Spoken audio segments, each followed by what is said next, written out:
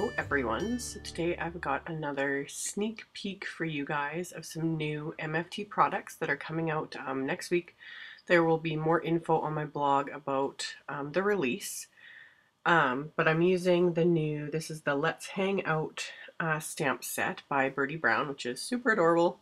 I just die cut some snow cone cardstock with one of MFT's pierced oval stacks dies, and then I'm inking up just the branch from this big tree image from the set and stamping it onto the oval with the MFT black hybrid ink.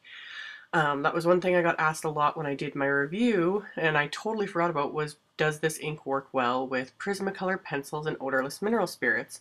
And I had totally forgot to show that. So yes, it does. So that's what I'm going to do today. So I was kind of glad I got the reminder because I haven't done this in a while.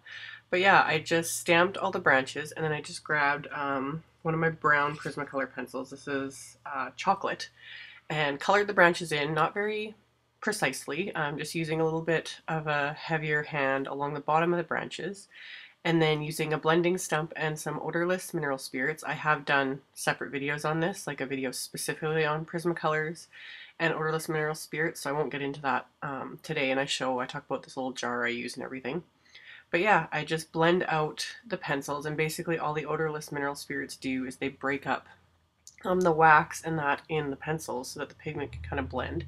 You can use any brand of pencil crayons, colored pencils. We call them pencil crayons in Canada.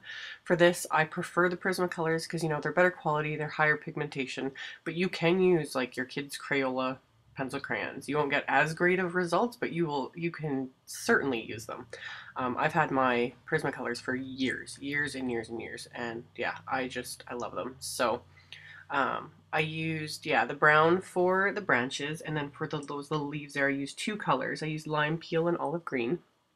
And then I grabbed just my light aqua pencil just to add a little bit of definition around the branches, not much.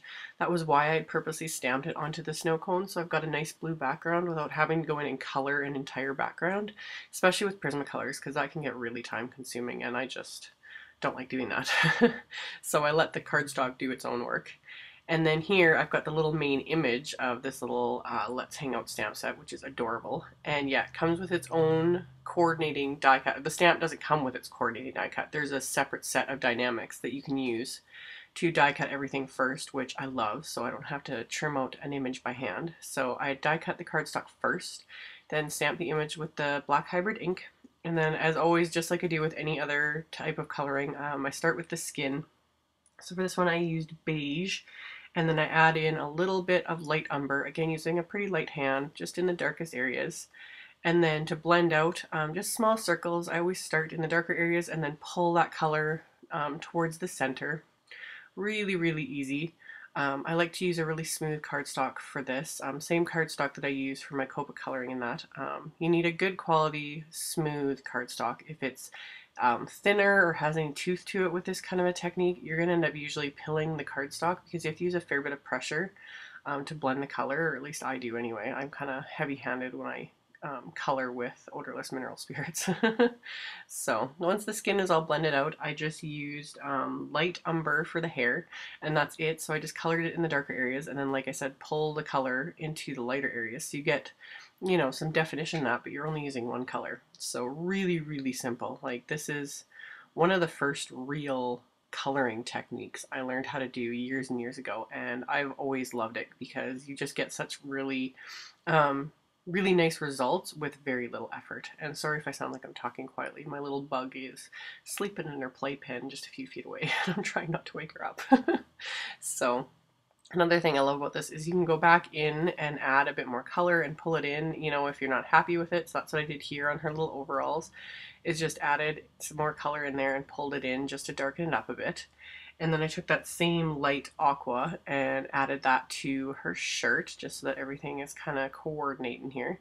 So added in the color, blended it out. I use the same blending stump for this whole thing. I just sand it off in between colors so that I don't smear other colors into what I'm coloring. And then finally, for her little hat and shoes, I am using lilac. So added the color, blend that out really well, and then I just took the lilac pencil and just lightly sketched in some little cross-hatching lines just to give it a little bit of texture. That's something else that I really like with these is, yeah, you can add this little bit of extra. And then I did the same thing on her overalls with the light umber pencil as well. Or was that terracotta? I'm not sure. I think it's terracotta. I have a picture of all the colors I used at the end. So once that was all done, I'm going to add the sentiment. This comes in the same set and I cut it apart. Something that I still somewhat struggle with. It hurts to cut them.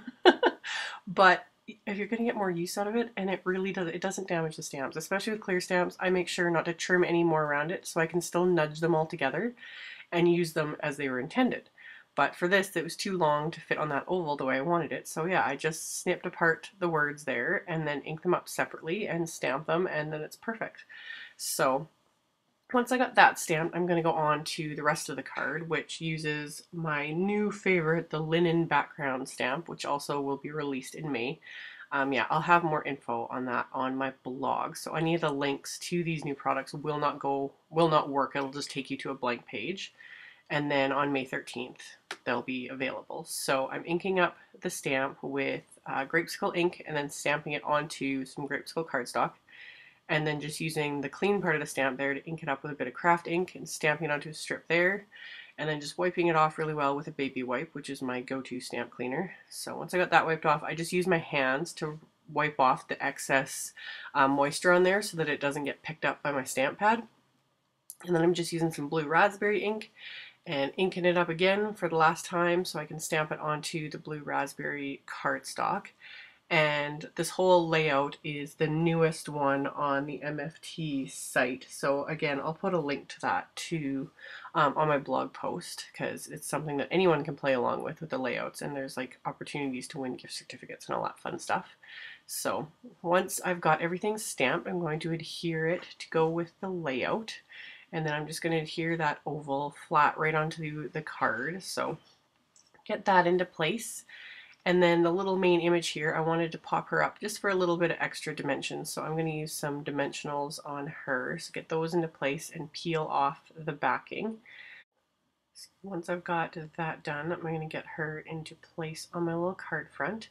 And then finally there was two little circles that are part of the sketch. So to incorporate those, I just grabbed some basic gray enamel dots I had in my stash, so a couple of white ones there, and got those adhered, and then that's it for the card front. So I'm going to adhere that to the card itself, which is just white cardstock.